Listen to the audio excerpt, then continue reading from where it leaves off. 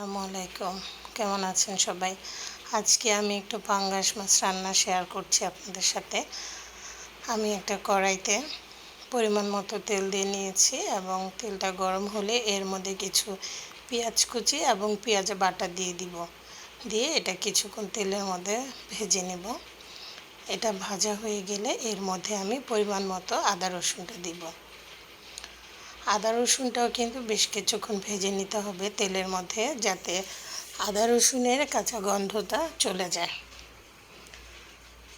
এখন আমি একটু পানি দিয়ে নিব যাতে মশলাটা না পুড়ে।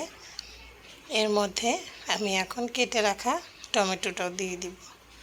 টমেটোটা পরে দিলেও হয়, কিন্তু এখন যেহেতু টমেটোর সিজন না, কোলেস্টেরল টমেটো এগুলো আসলে সিদ্ধ হতে চায় না, এই জন্য আমি প্রথমেই টমেটো কুচিটা দিয়ে দিলাম যাতে ভালো করে সিদ্ধ হয়ে যায়।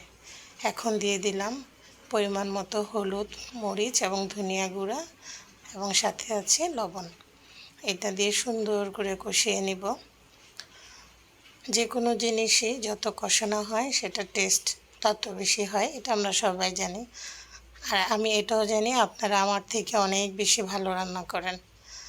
আসলে আমি কিভাবে রান্না করি সেটাই আপনাদের সাথে একটু শেয়ার করছি, আর কিছুই নয়।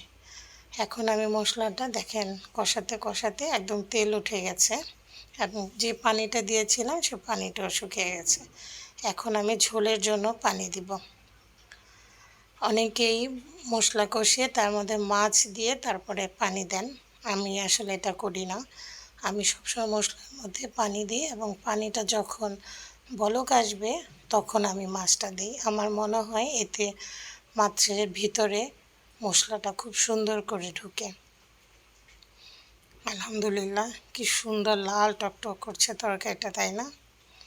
আসলে আমি যে মশলাগুলো ইউজ করি সব কিছু আমার নিজের হাতে ভাঙানো মশলা, যার জন্য মশলার কালারটা এত সুন্দর। এখন আমি ভেজে রাখা মাছগুলো দিয়ে দিলাম। এটা কিন্তু নদীর পাঙ্গাস। আলহামদুলিল্লাহ, সবাই বলে পাঙ্গাস মাছ খুব মজা। যদিও আমি পাঙ্গাস খাই না, তাও মাঝে মাঝে তো রান্না করতেই হয়। আপনাদেরকে একটা কথা বলছি, সেটা হচ্ছে যে যখন আপনারা মাছটা ভাজার জন্য রেডি করবেন তখন হলুদ লবণের সাথে একটু মরিচের গুঁড়ো এবং সয়া সস এবং ফিশ সস মেখে কিছুক্ষণ ম্যারিনেট করে রাখবেন, অন্তত 1 ঘন্টা। তাহলে দেখবেন বড় মাছের ভিতরে যে একটা আষ্টে গন্ধ থাকে সেই গন্ধটা থাকবে না এবং তরকারি মাছের স্বাদ দ্বিগুণ বেড়ে যায়। আলহামদুলিল্লাহ, দেখেন আমার মাছটা বলক চলে আসছে। এটা আমি একদম শুকনো শুকনো ভুনো করব না, এটা আমি একটু হালকা গ্রেভি ঝোল থাকবে যাতে খেতে একটু ঝোল পাওয়া যায়। এটা আসলে আমার ডেলিভারিতে চলে যাবে, ওনারা একটু গ্রেভি চেয়েছেন। এখন আমি এর মধ্যে 2টো কাঁচামরিচ ফালি করে দিয়ে দিলাম একদম নামানোর আগে, যাতে সুন্দর একটা স্মেল বের হয়। আর দিয়ে দিলাম একটু জিরার গুঁড়ো, এটা অবশ্যই ভেজে গুঁড়া করা জিরার গুঁড়ো। আর আপনারা চাইলে ধনিয়া পাতাও দিতে পারেন। আমার বাসায় আজকে ধনিয়া পাতা ছিল না, তাই আমি দিতে পারিনি। তা আপনারা চাইলে ধনিয়া পাতাটা দিয়ে নেবেন, তখন আরও ভালো লাগবে ইনশাল্লাহ। আমার তরকারিটা হয়ে আসছে,